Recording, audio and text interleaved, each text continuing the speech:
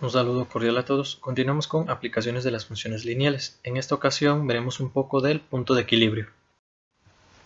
¿Qué es el punto de equilibrio? El punto de equilibrio lo vamos a definir como el número de unidades que se deben producir y vender para que los costos sean iguales a los ingresos. Para encontrar el punto de equilibrio lo podemos hacer de dos formas, ya sea gráficamente o algebraicamente. Vamos a comenzar con el método gráfico. Para que yo pueda encontrar el punto de equilibrio gráficamente, necesito graficar dos funciones. La primera función, la función de costos totales. La función de costos totales, recordemos que se expresa de la siguiente manera. Costos totales en función del número de unidades producidas va a ser igual a los costos variables multiplicado por el número de unidades más los costos fijos. ¿Cómo vamos a graficar esta función? Comenzamos graficando un punto que corresponde a la ordenada al origen, y en este caso la ordenada al origen corresponde a los costos fijos.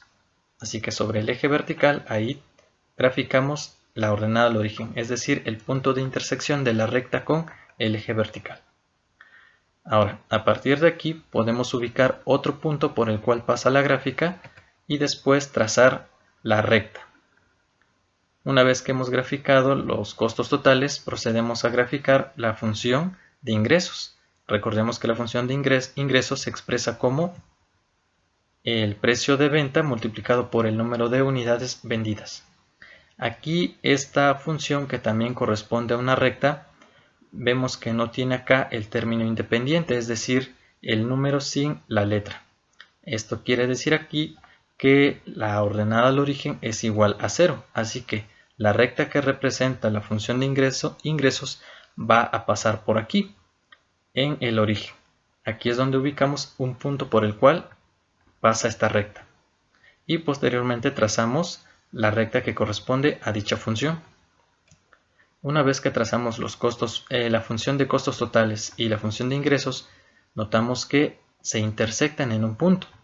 En este punto, los ingresos son iguales a los costos, y este punto de intersección recibe el nombre de punto de equilibrio. El punto de equilibrio lo podemos expresar como el número de unidades que se deben de producir y vender. Ese número de unidades lo vamos a encontrar aquí en el eje X. Y también se puede expresar como una cantidad monetaria. Dicha cantidad la vamos a leer o encontrar aquí en el eje vertical. Para el punto de equilibrio tenemos aquí del lado izquierdo una parte donde los costos son mayores a los ingresos. Entonces aquí tenemos prácticamente pérdidas. Pasando el punto de equilibrio se invierte la posición de las funciones.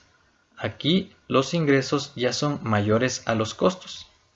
Entonces en esta parte vamos a tener aquí utilidades o también ganancias. Ahora vamos a obtener el punto de equilibrio, pero de otra manera, algebraicamente. Recordemos que en el punto de equilibrio los ingresos son iguales a los costos, así que partimos de esta ecuación para encontrar una expresión o una fórmula que nos permita hallar el punto de equilibrio. Si reemplazamos estas funciones por las expresiones equivalentes, tenemos lo siguiente. Recordemos que la función de ingresos es el precio de venta por el número de unidades. Esto es igual a los costos totales, es decir, costo variable por el número de unidades más los costos fijos. Lo que tenemos que hacer aquí es despejar la X. Estos términos son semejantes porque tienen la misma parte literal, así que los agrupamos. Aquí este término lo vamos a pasar de este lado, restando. Como estos términos tienen el mismo factor, que en este caso es la letra X, lo factorizamos. Y vamos a tener X que multiplica a P menos CB. Esto es igual a los costos fijos. Y finalizamos despejando la X. Esto que está multiplicando pasa dividiendo. Y con ello encontramos esta expresión que me va a permitir encontrar el punto de equilibrio. En este caso, costos fijos entre P menos CB.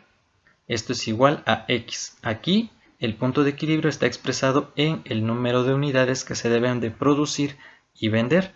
Este número de unidades lo vamos a encontrar aquí en el eje X. ¿Qué significa P menos CB? Es decir, la diferencia entre el precio de venta y los costos variables. A esto se le llama margen de utilidad o contribución al costo fijo y la utilidad. Entonces, esta es otra forma de encontrar el punto de equilibrio. ¿Alguna duda, pregunta o comentario? Si lo hay, no duden en escribir y les responderé a la brevedad posible. Muchas gracias por su atención.